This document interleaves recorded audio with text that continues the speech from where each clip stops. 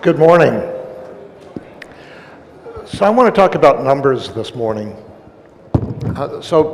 Computers are machines that manipulate numbers. That is all computers do. Computers cannot do anything else. And yet,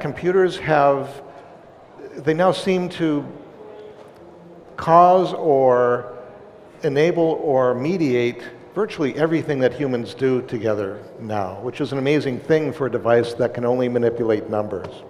So there seems to be some magic going on there. How are computers able to do so much?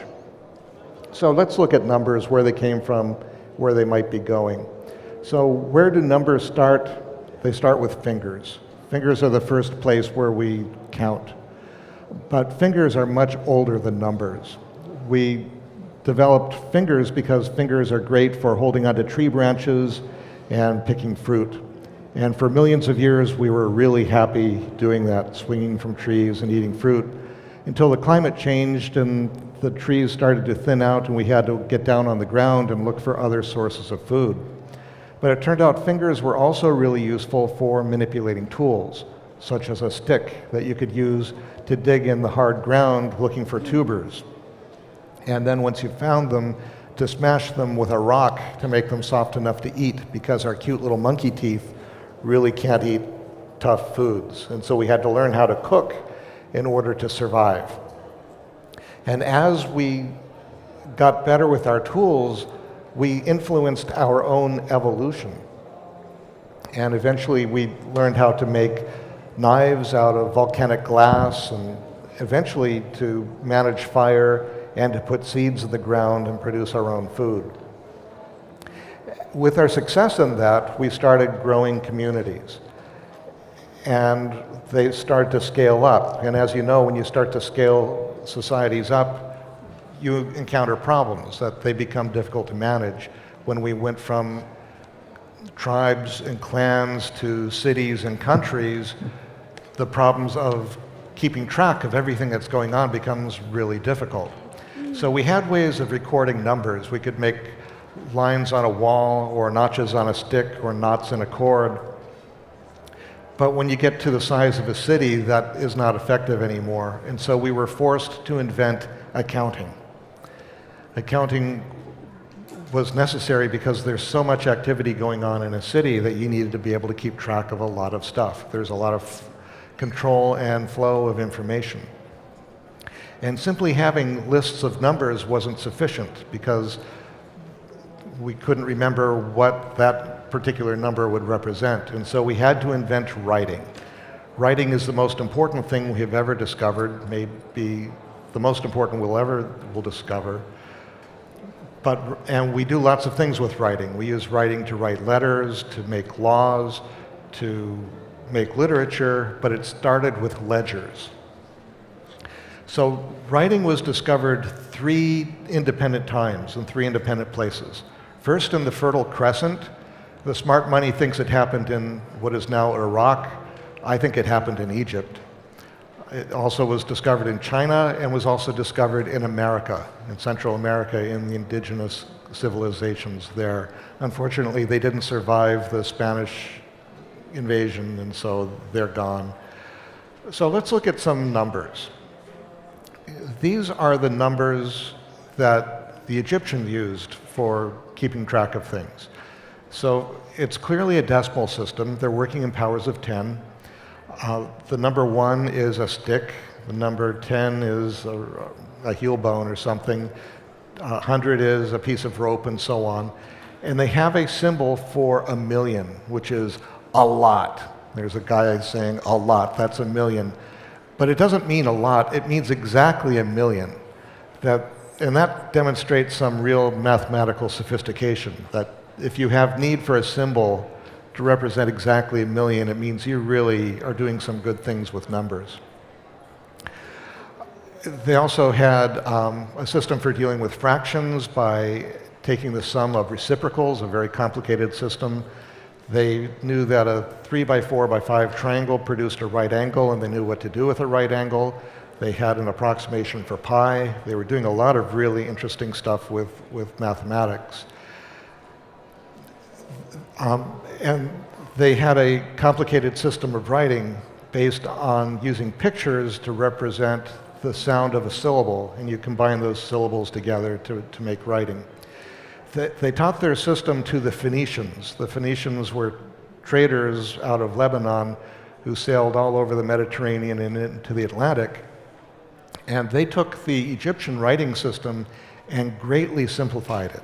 So instead of keeping track of a large number of syllables, they only needed to keep track of a small number of consonants. And the number of consonants was probably about 24. And they developed a very elegant writing system which they taught to all of their customers. So one of their customers were the Greeks. So the Greeks used those same numbers not only for writing their language, but also for writing their numbers. So at one time, the Greek alphabet had 27 characters in it. And they took the first 9 and used them for 1 through 9, and the next 9 for 10 through 90, and the next 9 for 100 to 900. And you would take 3 of these, or 1, but as many as 3, and put them together, and if you add up the letters, you get the number. The Greeks taught their system to the Romans, but their number system looks more like the Egyptian system. They are using letters to represent the values, but it works more like the Egyptian, except that they added some innovations to make it more compact. For example, they introduced symbols for having half of a power of 10. So, for example, 1 was I, which represents the same stick that the Egyptians counted with. X was a bundle of sticks. You take 10 sticks and tie them together, that makes an X. You cut that in half, that gives you a V. The V represents the number 5. Then to make it further compact, they added a convention where if a symbol is smaller than the symbol that follows it, instead of adding, we subtract. And so it's a very complicated looking system, but it worked. Meanwhile, in China, they came up with what I think was a very elegant system. They again had characters to represent 1 through 9, and then they had sets of modifiers and multipliers. So if I want to say 40, I would have the character for 4 followed by the character for 10. Very, very elegant system. And again, they could deal with some pretty big numbers. The most interesting of these systems, I think, was the one developed in India. Mathematicians in India came up with a positional system in which used just one set of digits, but would put them in different columns. And depending on which column you put the digit in, that would determine its value. And they also developed a placeholder character, which became the 0, which indicated an empty column. And this was a really important breakthrough. Now, from our current perspective, the biggest advantage, well, let's look at everybody together. So this is the number 609 in all of those systems. And again, all of the systems worked. So there's no sense of inevitability that any of them weren't good and had to be replaced by something else. They all worked. Great nations and sometimes empires were very successful with all of these number systems. The advantage that the Indian system had was that it was possible, without using an abacus, to add a column of numbers correctly, just using a pen and paper. That's not an advantage anymore because computers are doing all of our arithmetic. I find for myself, I can't do arithmetic anymore. The computers have just taken that over, and so I trust them to do a better job of it than I can. So the advantage for why we shifted over to that number system isn't really there anymore. Although you could imagine trying to type in a phone number using Roman numerals. I think that'd be really, really hard. But I can't remember the last time I typed in a phone number, so maybe that doesn't matter much anymore either. The important thing about the Indian system, I think, was the things that it taught us about numbers. For example, the Indian system introduces the idea of a number line, and we can place our digits on the number line, and we multiply each digit by 10 raised to that position of the number line. And so our numbers are basically a shorthand for polynomials. And it turns out polynomials are a really important mathematical concept which falls out of the numbers. So that was a really important thing. It also introduced the idea of negative numbers. So we could put a modifier in front of a number which says, multiply this thing by -1. And so we can now represent things which never made sense before. We could talk about -2 loaves of bread, which was not a meaningful thing in the other systems because they're all additive. But it turns out in accounting, there are really useful things that can happen if you have negative quantities. Once we understand that the number line can go in both directions, then we can put our digits in that extended number line, and we can now deal with fractional values in exactly the same way that we dealt with the integers. You just need to keep track of what happens to the decimal point, and the rest of it is the same thing, which I think was a really important breakthrough. The other civilizations had ways of dealing with fractions, but they were not nearly as elegant as this one. So there's the problem of how do you represent the decimal point. The Indians use an overbar above the 0 position to indicate that's the middle of the number system. When the system got taken over to Europe, they instead put a mark in between the integer part and the fractional part. And over time, that mark evolved into either the period or the comma. And so some countries use period and some use comma. And that was not a problem for a long time because you're just in your own little country and you've got your own little numbers and everything works fine. But now we have the internet, and so we're now sharing our numbers with everybody in the world, and now it becomes a source of confusion. For example, you could look at this. Some people are going to read this as 2 and 48 thousandths, and some people will read it as 2048. Two very, very different numbers. And there is a potential for some catastrophic confusion that could result from that. Now, up until this point, the world has not been motivated to try to choose between the period and the comma. And in fact, there's not a strong argument to support either one, but the fact that we're using both of them is a source of confusion. And so I predict that eventually humanity will decide we're just going to have one of them and we'll get rid of the other one. And I think it's going to be the period, and I think it's going to be because of you. That you, because you use programming languages, and the programming languages use period, and all of the world's numbers are going through your programs, eventually you're going to force everybody to line up. So all of the systems that I showed you are base 10 systems, which is kind of interesting that, you know, in Egypt and in China, totally separated by time and space, they both came up with base 10. How did they do that? Well, because the fingers, they counted their fingers, and that's where the number system started. Now, there were some societies which picked a different base. For example, in America, they used base 20. And base 20 works just as well as base 10. It's just a different base. And how did they get to 20? Well, obviously, they counted their fingers and they counted their toes. There are some societies that used base 12. How do you get to base 12? You count your fingers and you count your feet.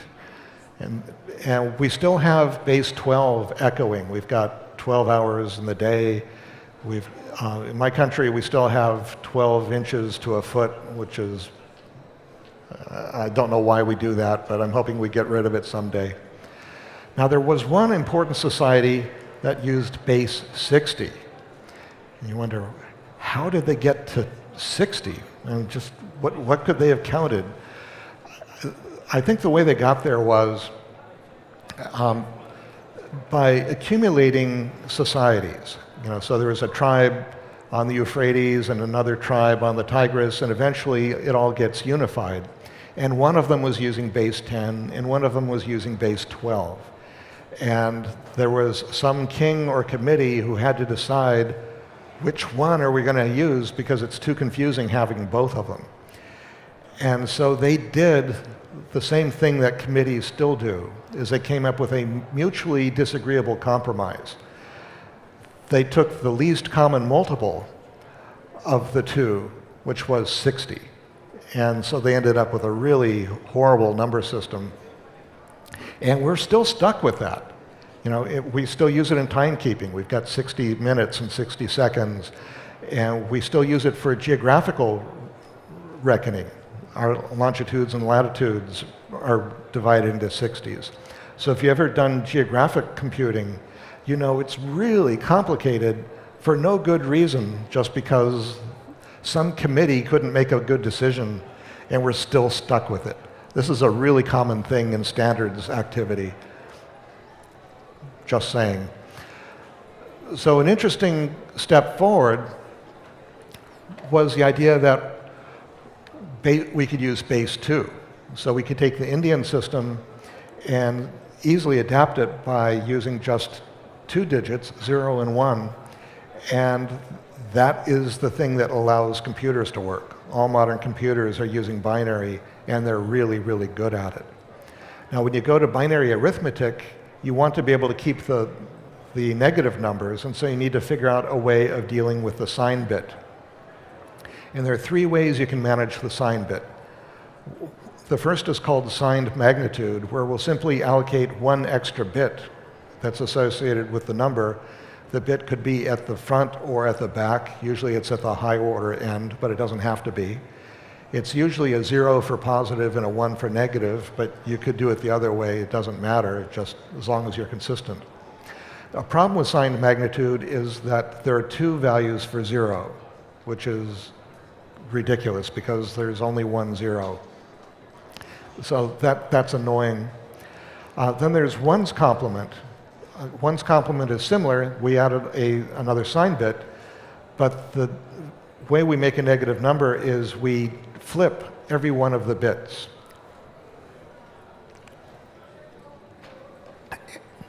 And if we do an add, and if there's a carry, then we take that carried bit and we add it back to the back of the number. And similar to sign magnitude, it still has 2 versions of 0. Then the one that's in most of our machines today is 2's complement. In 2's complement, when we make a negative number, we add the end-around carry immediately, so we don't have to do it later when we do the addition, which simplifies adding. And it also means that there's only 1 0, which is an improvement. Unfortunately, there's an extra negative number, and the problem with that extra negative is that you cannot turn it into a positive. If you try to negate that extra negative number, it's still that extra negative number. And so that's at least a source of confusion and possibly a source of errors. So I would recommend that we take that extra value that's in the int space and reserve it for a value which means it's not a number. And I wouldn't call it NaN because that's confusing. I would call it null. So if we look at Java or at JavaScript, at the index of method on strings, if you try to search for a string and it doesn't find it, it will return -1, which is wrong. And it could be a problem because if you simply took the return value and added it into another computation, something bad could happen because you didn't actually match anything at position -1. Position -1 is a sentinel, which unfortunately looks exactly like an int, and so there's no detection of that error. Instead, I would like to have a null value, and so if I then try to add that null value into some computation, we'll get a clear failure, which will make our systems more reliable. So let's talk some more about ints. What is the result of adding an int 32 to an int 32? Any guesses? Anybody know? The answer is int 33. Int 33 is the answer, because if you have 2 int 32s, there's a chance, if they're both big, that you can get something that's bigger than an int 32. Java gets this wrong, but the correct answer is 32, or 33. Okay, so let's try another one. If we multiply two int 32s together, what's the type of the result? Any guesses?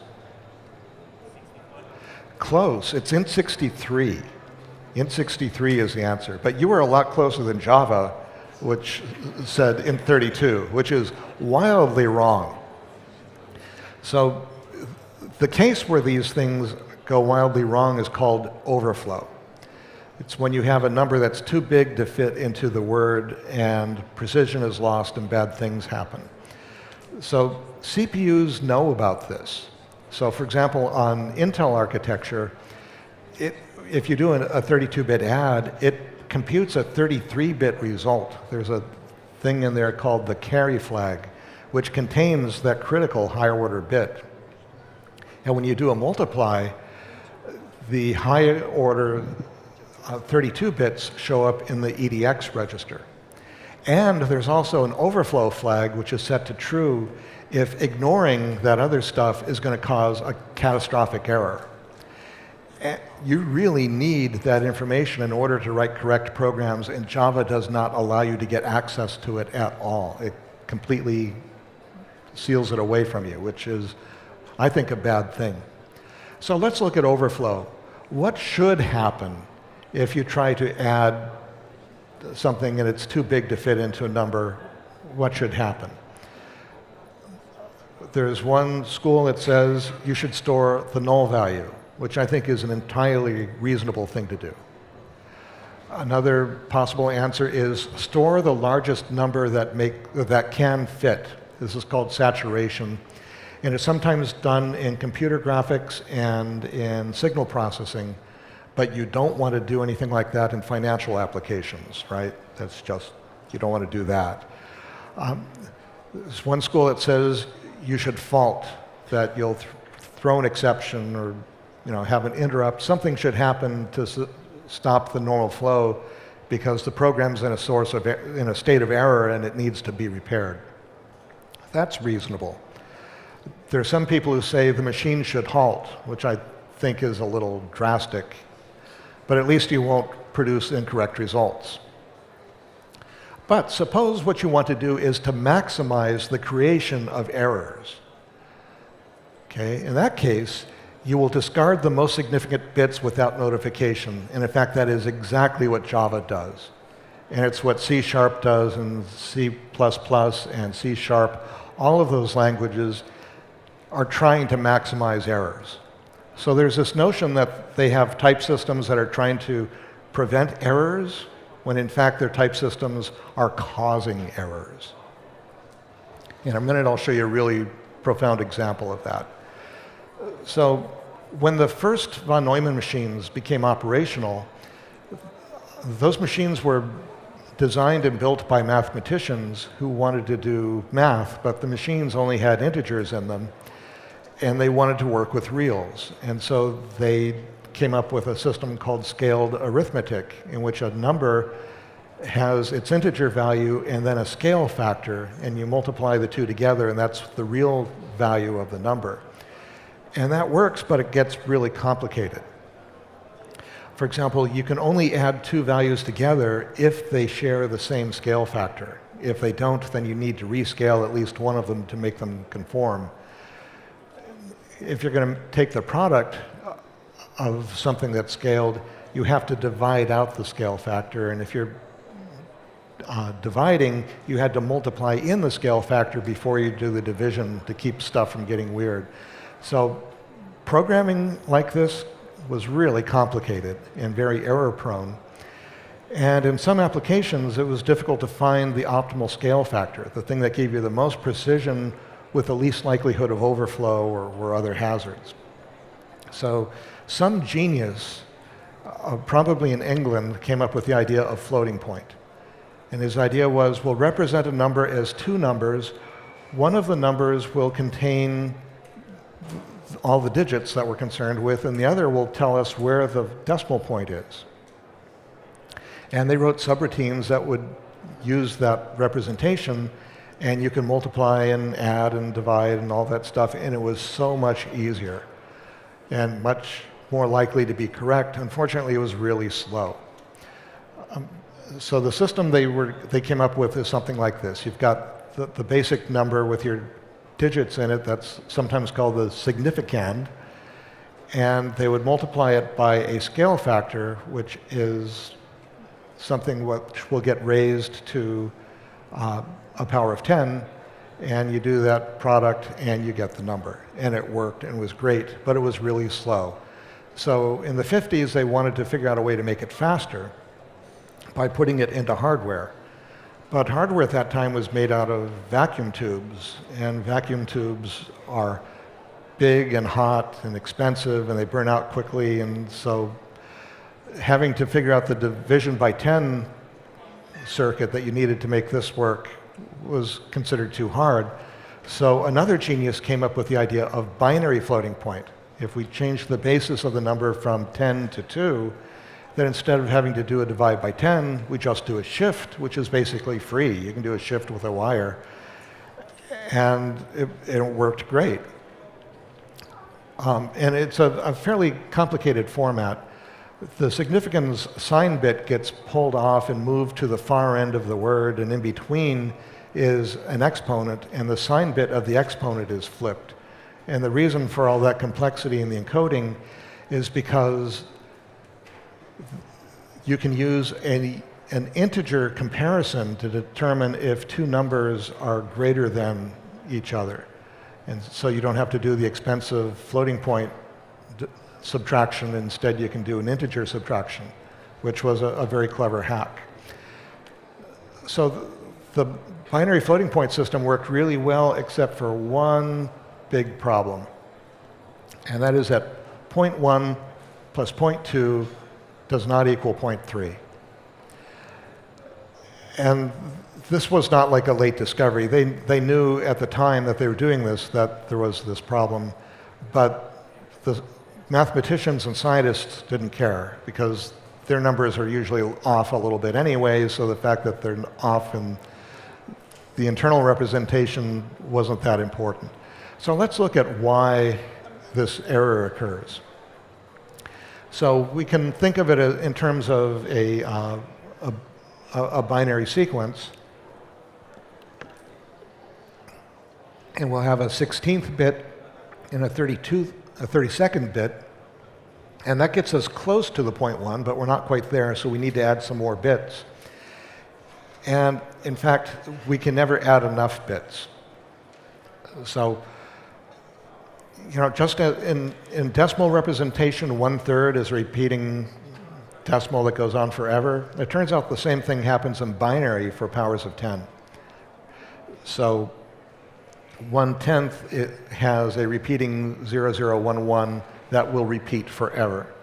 So if you add up all the bits going down to infinity, you will get exactly 0.1, which is great.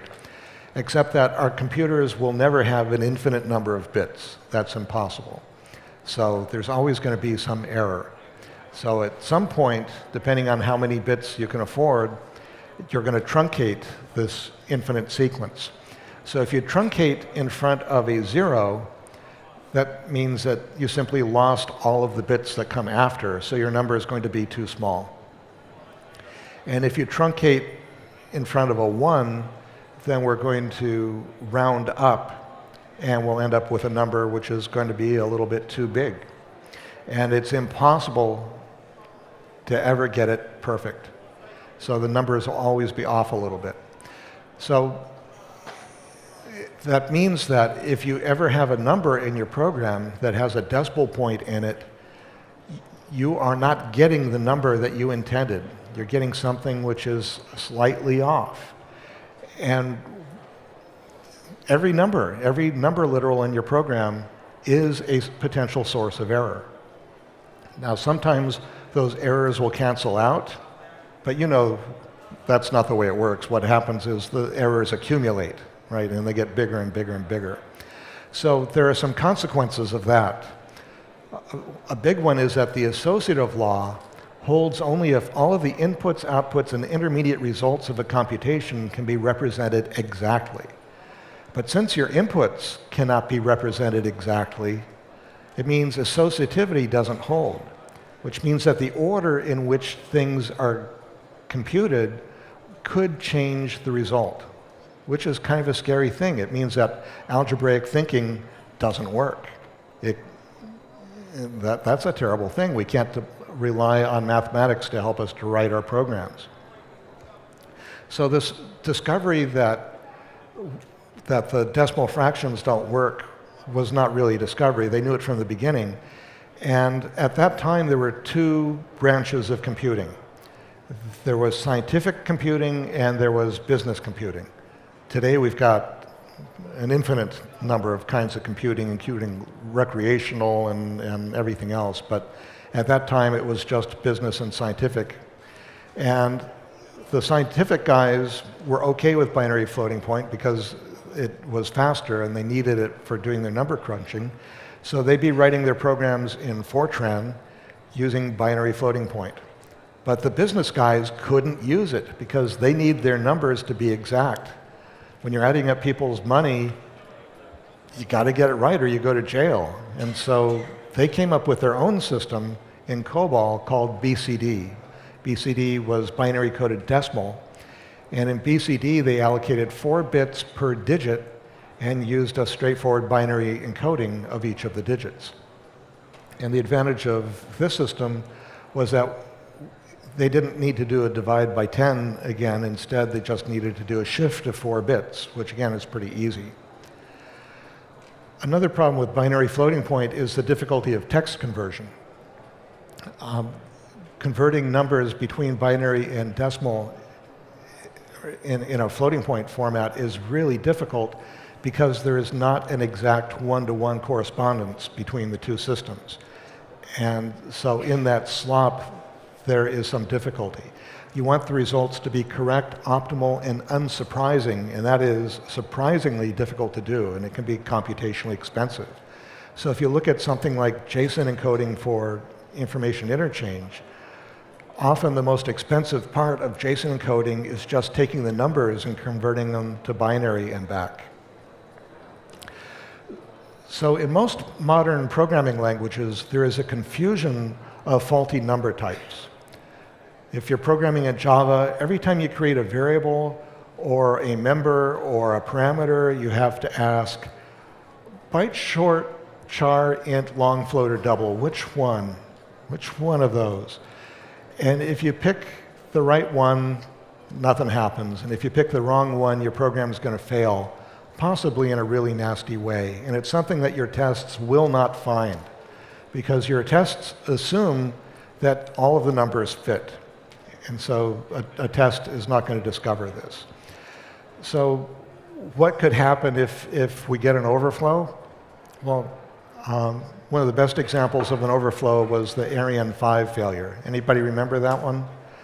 So this beautiful rocket took off, and a few seconds after takeoff, it goes wildly out of control and self-destructs. And this is the bug that caused that rocket to fail. Well, not exactly. The original software was written in Ada. I translated the bug into Java, but it's the same bug. So what happened was there was a floating point value called horizontal basis, and they wanted to convert it to a short, but it didn't fit, and it overflowed. But that overflowed value, which was wildly wrong, got fed into the control unit, and it got totally confused, and the thing failed. It's estimated that the cost of that failure was $500 million. So you probably haven't made any bugs yet that are worth $500 million, but the potential is still there. So unless you're writing in JavaScript. In JavaScript, this bug cannot happen because JavaScript only has one number type, which is brilliant because it means that you can avoid a large class of errors. You cannot make a mistake by choosing the wrong number type. You don't waste time trying to decide of a half dozen number types. You just write good programs, and that's what you want to be doing. Unfortunately, It's the wrong type. And it's the wrong type because it's binary floating point, and very often we're writing business applications or human-facing applications where there's an expectation that the decimal system is going to work, and it doesn't in binary floating point. So I propose to fix this, and here is my proposal. A new number type called DEC64. It's a modern decimal floating point type inspired by the original decimal floating point that was on the original computers that were built in the late 40s. I recommend that DEC64 be the only number type in well-designed application programming languages from this day forward. Because if there's only one number type, you cannot make a mistake by choosing the wrong type. And our languages should be helping us to avoid making errors, not inducing us to be making errors.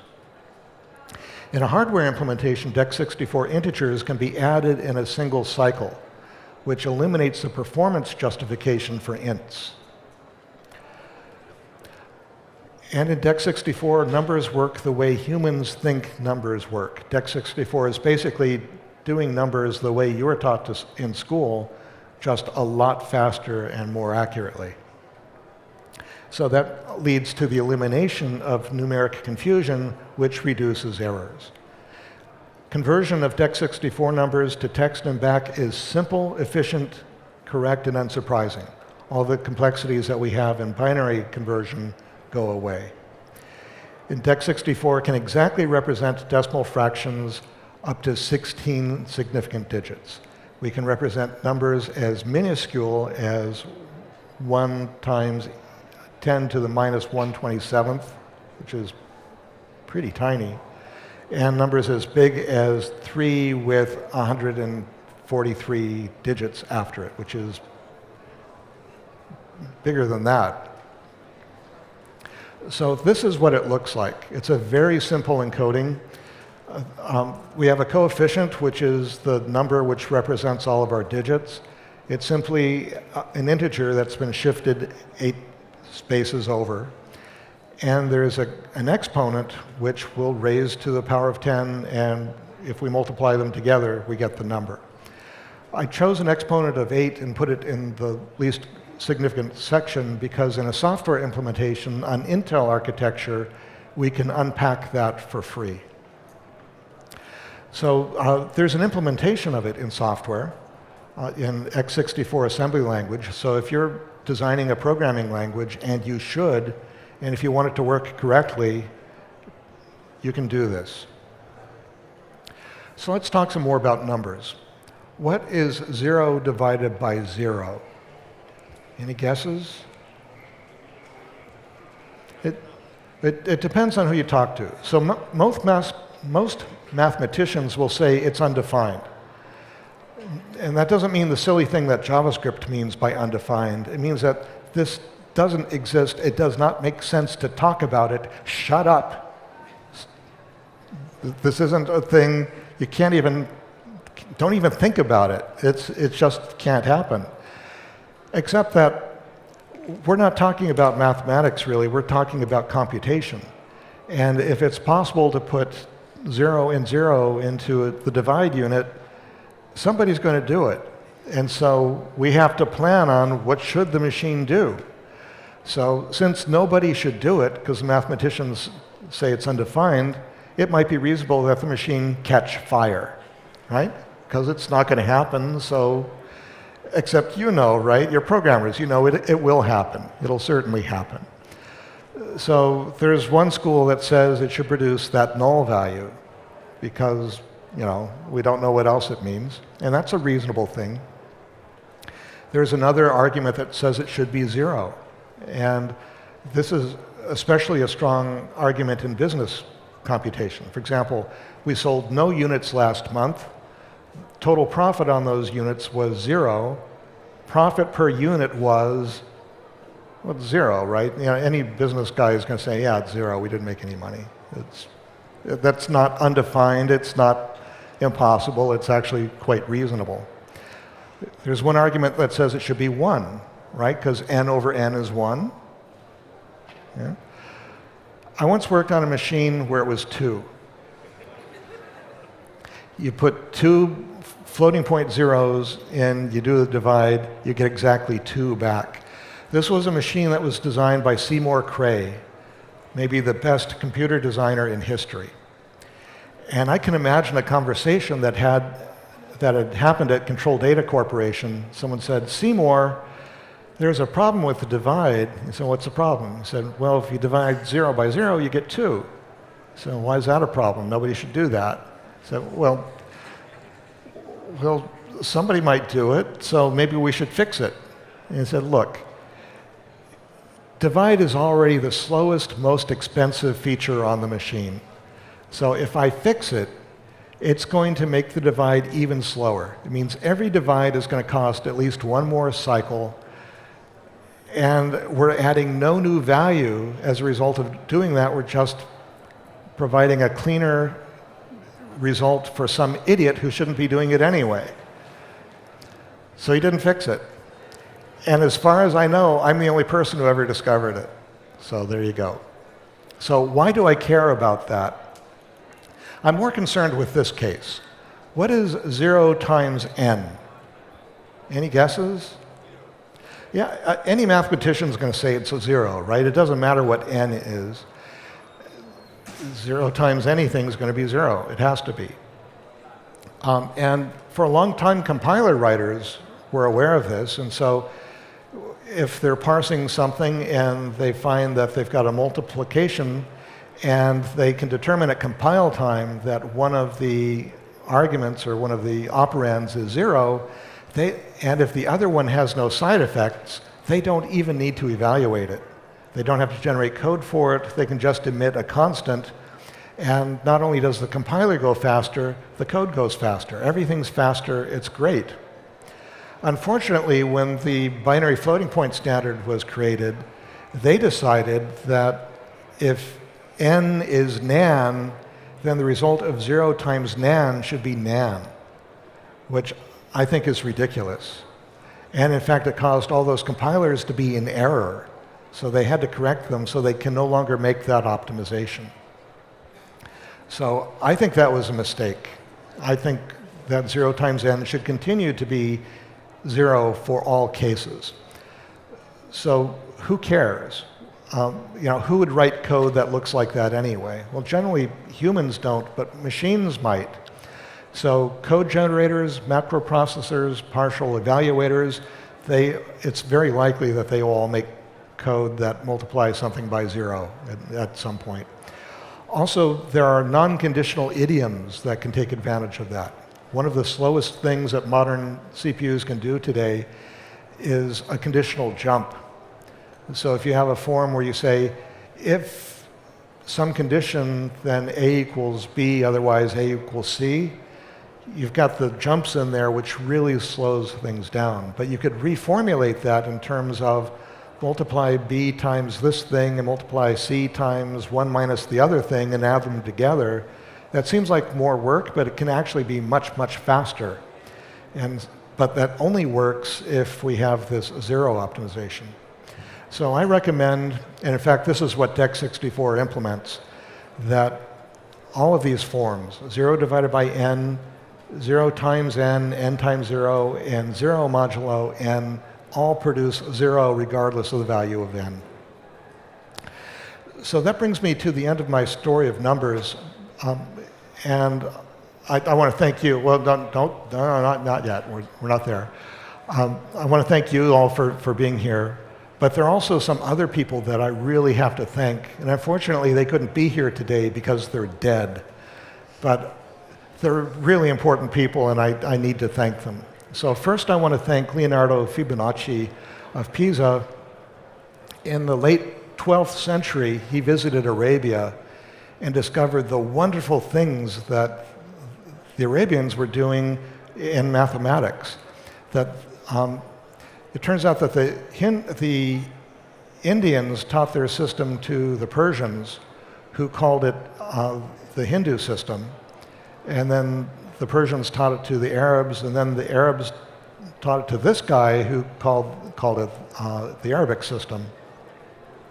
And the Arabs were doing these wonderful things with the positional numbers and in geometry and algebra and algorithms.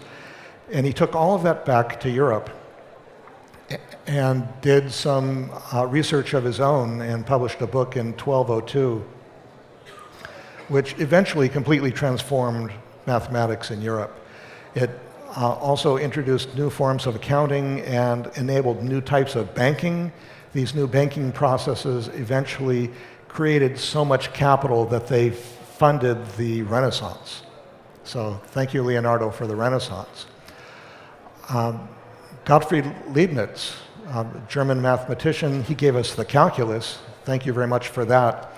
But he was also the first guy who had the idea of using base 2 in the positional number system.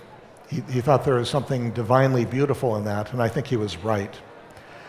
I want to thank George Boole, who was a brilliant Irish logician. He developed a system of logical reasoning based on truth values.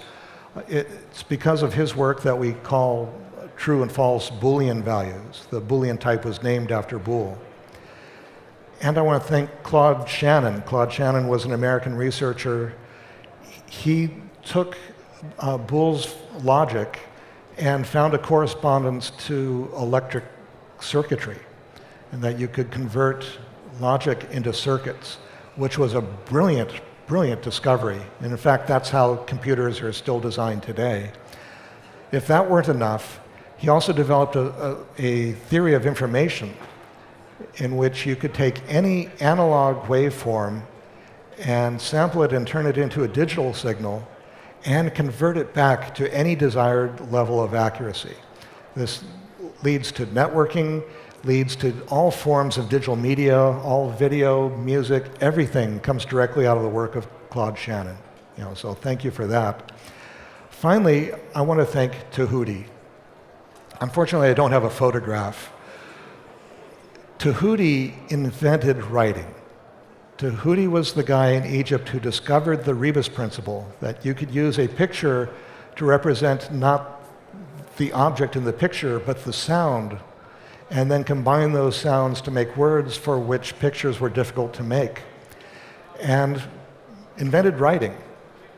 And he was also a great teacher. He taught his system of writing to other people who eventually created the profession of scribes.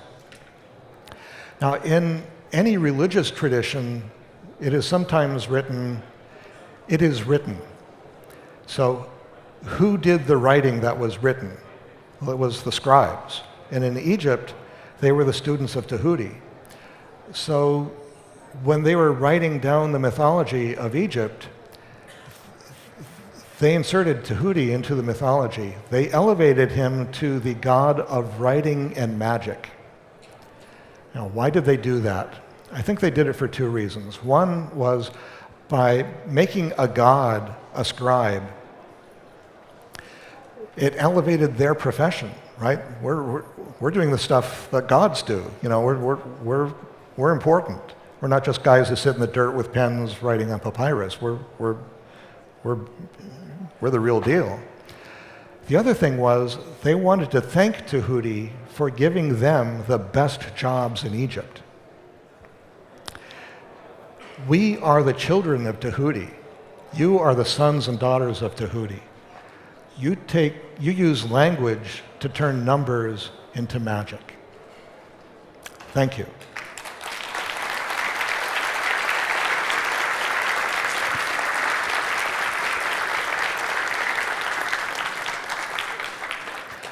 So I think we have time for some questions. Yes? Yes, we have. I'm coming.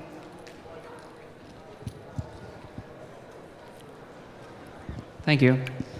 Yeah, so I want to know a little bit more about DEX64. Is it implemented in certain programming languages right now, or in hardware, or what's the status? Right, the state is, it's been described and implemented in x64 assembly language. So it exists as a software library that you could plug into a language. As far as I know, no one has done that yet. Okay, so is it feasible to see some implementations for Java, for example, in the near future? I don't think this is ever going to find its way into Java or JavaScript. Those ships have already sunk. I think it wants to be on the next ship. So a next ship is not going to have the same baggage or the same expectations of bad behavior, and so would be able to take advantage of a fresh approach. Okay, thank you. Thank you. Anyone else? Hi, thank you. So what's the next ship? What's the next language? What do you think is the future? So clearly we need a next language, right? Because if JavaScript is the last language, that would be really sad. It can't stop with JavaScript, right? I mean, think of your kids, right? I mean, someday your kids might be programming. You don't want them to be writing in JavaScript. No, we got to give them something better for the children. So I keep looking for the next language. And the next language, I hope, will be much cleaner, designed for security, because so much of what we're doing now is in the network, and in the network, if you get the security wrong, things go bad really fast. So, and none of our current generation of languages were designed specifically for security. So we're going to want that. And we're also going to want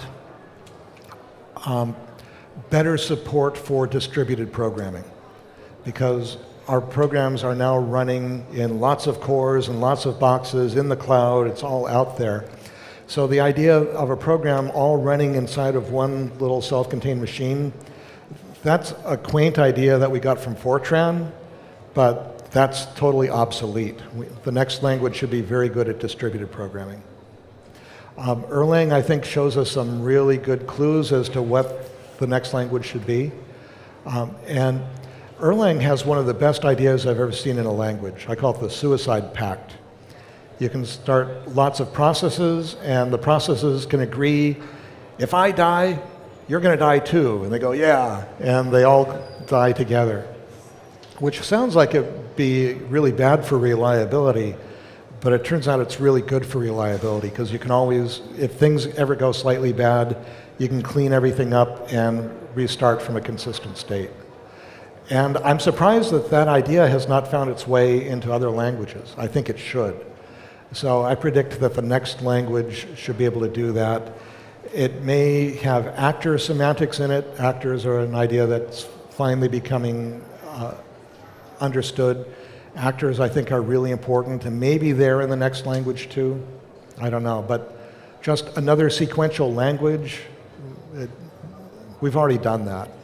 We've been doing that for almost half a century now, so we should move on to the next thing.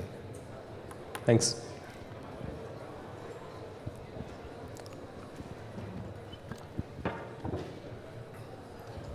A question regarding numbers. Why do you think it took so long for people to discover zero as a number?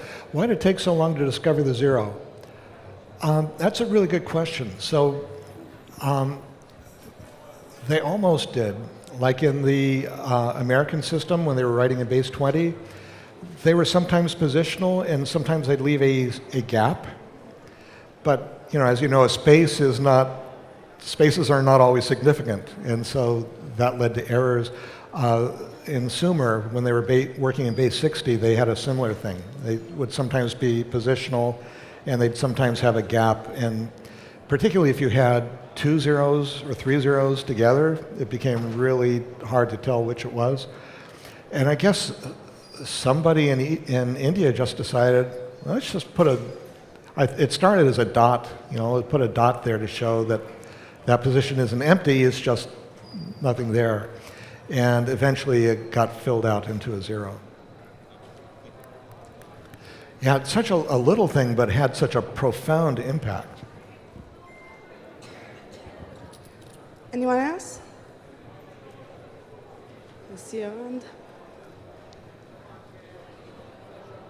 Okay, I think that will be all. Thank you so much, Agnes. Okay, thank you.